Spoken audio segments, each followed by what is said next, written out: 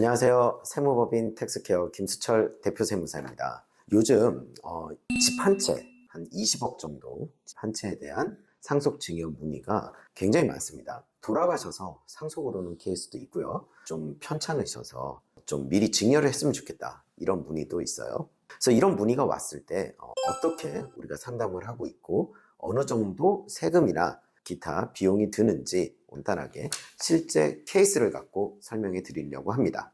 2026년 2월에 한국부동산원 발표에 따르면 서울의 평균 주택 가격이 9억 8천이라고 합니다. 10억인 거죠. 제곱미터당 1243만 원이라니까 3.3 곱하면 한 평에 4천만 원 정도 되는 거예요. 이건 전체 주택을 두고 말하는 거고요. 아파트 가격만 살펴보면 15억 8천, 즉 한 16억 정도라고 합니다. 그래서 이 평균이 이 정도기 때문에 이제 16억을 넘는 아파트도 반 이상 있을 수 있는 거죠. 그래서 보통 저희 이제 상담을 오시는 분들 보면 가장 적은 케이스가 20억 정도 된 케이스들이 굉장히 많습니다. 그래서 이번에 소개시켜 드리는 케이스도 마찬가지예요. 이번 케이스 같은 경우는 어머니는 일찍 좀 돌아가셨고요. 아버지가 아들 둘이 있는 상황이에요.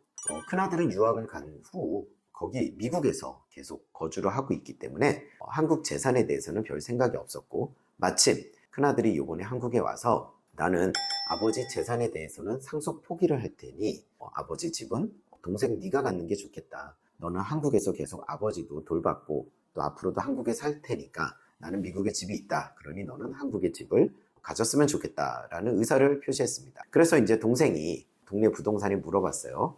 우리 아버지 아파트가 얼마 정도 되나요?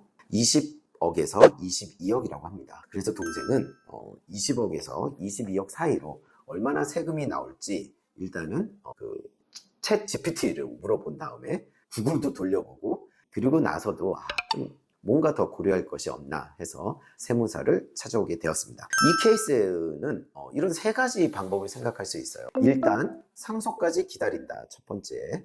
두 번째는 당장 증여를 받는다. 세 번째는 팔고 양도세를 낸 다음에 현금 증여를 받는다. 이렇게 세 가지 케이스를 한번 생각해 볼 수가 있습니다. 그러면 각 케이스마다 세금을 계산해 보고 가장 세금이 적은 케이스를 선택을 할 수도 있겠지만요. 다른 고려 요소가 뭐인지도 한번 생각해 볼 필요가 있고, 제가 계산한 세금뿐만 아니라 어떤 포인트를 좀 고려해야 하는지 알려드리도록 하겠습니다. 각 케이스에 들어가기 전에 이 아파트가 얼마짜리인지 평가를 해봐야 됩니다.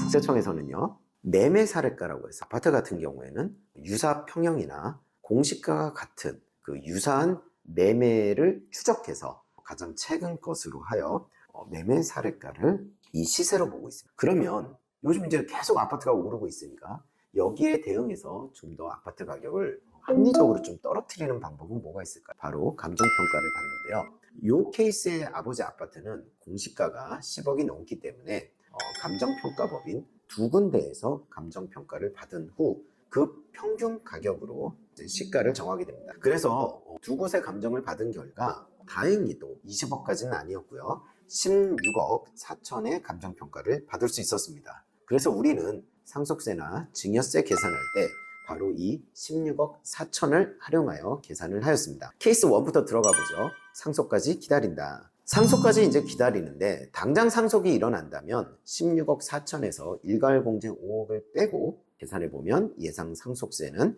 2억 8천 정도입니다. 하지만 아버지가 언제 돌아가실지 알 수가 없어요. 그래서 만약에 2년 후, 3년 후, 5년 후, 10년 후가 된다면 이 아파트는 재건축 대상이기 때문에 굉장히 가파르게 상승할 가능성이 큽니다. 그래서 16억 4천이 아니라 20억, 25억, 30억이 될 수도 있는 거예요. 그래서 예상 상속세는 사실 지금으로서는 의미가 없습니다. 다만 아버지가 당장 돌아가신다면 상속세는 2억 8천 정도구나, 이렇게 생각하시면 되는 거예요. 또 아버지가 이제 나중에 10년 있다 돌아가셨는데 형의 마음이 바뀔 수도 있는 거예요. 그러면 어떤 조치를 지금 취할 수 있을까요? 그 전까지는 유언을 받아서 공증을 해놨습니다. 공증비 해봤자 몇십만 원 안 하거든요. 그런데 그 유언이 또 정확하게 실행이 된다는 보장이 없습니다. 그래서 많은 분들이 요즘은 금융기관을 찾아가서 금융기관에 신탁을 맡기고 있습니다. 신탁을 맡기면 이 집의 주인이 신탁사가 되는 거예요. 하지만 이 집을 뭐 처분하고 할 권리는 아버지한테는 있죠. 아버지가 원래 주인이니까. 다만 신탁 수수료가 몇 천만 원이 나옵니다. 그래서 그 신탁 수수료가 부담이 되는 그런 부분도 있지만, 신탁을 해놓으면 강제적으로 집행이 되기 때문에 어느 정도 불안감은 해소할 수 있습니다. 두 번째로 갈게요. 그러면 아파트를 증여받는다. 증여받는 케이스도 여러 가지예요. 이 아들, 한국에 사는 둘째 아들은 결혼을 했기 때문에 아들 혼자 단독으로 증여받는 방법도 있고요. 아들과 며느리를 적정하게 쪼개서 증여를 받는 방법도 있습니다. 우리가 상속 증여세율을 보면요, 10억에서 30억 사이는 40%의 세율을 매기고 있습니다. 따라서 이 아파트를 아들 혼자 이 16억 4천을 증여받는다면 증여세율이 40%에 걸려서 4억 7,600만 원 정도 내야 돼요.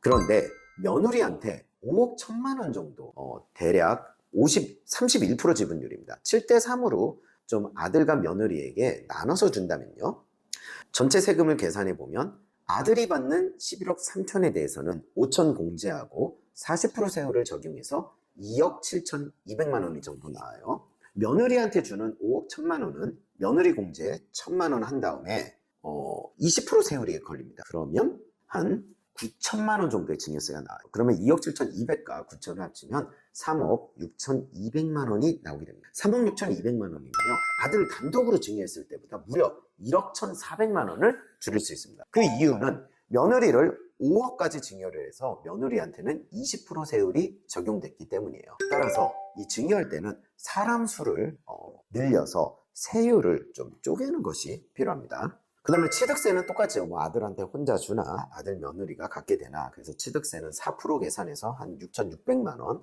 전체적으로 세금은 증여세와 취득세 합쳐서 4억 3천 정도 예상이 되고 있습니다. 만약에 아버지가 5억 정도 현금이 있고 이 아파트의 전세 그 시세가 5억이라면요, 5억 전세 보증금을 아버지랑 계약을 하고 당장 증여세와 취득세는 낼 수 있다. 그래서 아버지만 전세로 들어오시면 됩니다. 마지막 케이스, 팔아서 현금을 증여받는 거 간단하게 살펴볼게요. 22억에 양도하는 경우 각종 공제 차감하면 한 2억에 대해서 6천만 원 양도세가 예상이 됩니다. 왜냐하면 아버지가 10년 이상 거주도 하셨고 보유하셨기 때문에 무려 양도 차익의 80%가 공제가 됩니다. 그래서 양도세가 6천밖에 안 나와요. 그러면 아버지는 이 집을 팔면 21억 4천만 원을 확보하게 됩니다. 그러면 21억 4천만 원을 모두 이 아들이 받을 수 있느냐? 그렇진 않아요. 아버지도 어디 가서 사셔야 되잖아요. 그러면 뭐 전세금으로 5억이든 10억이든 여기서 좀 빼고 나머지를 현금 증여를 하게 되겠죠. 현금 증여하는 방법은 이 세율표대로 5억 5천을 받을 수도 있고요, 10억 5천을 받을 수도 있고, 아까 집처럼 일부는 아들이 받고 일부는 며느리가 받고 이런 식으로 좀 나눠서 현금 증여도 받을 수가 있겠습니다. 그래서 오늘 말씀드린 케이스는 정말 자주 일어나는 케이스입니다. 그래서 만약에 부모님 집이 있다면, 또 그 집이 계속 오를 것 같은 집이라면 증여를 하는 것도 방법이고요, 팔아서 현금 증여를 받는 것도 방법이라 할 수 있겠습니다. 네, 오늘 강의 좋아요, 또 제 유튜브 채널 세금톡톡 구독도 부탁드리겠습니다. 감사합니다.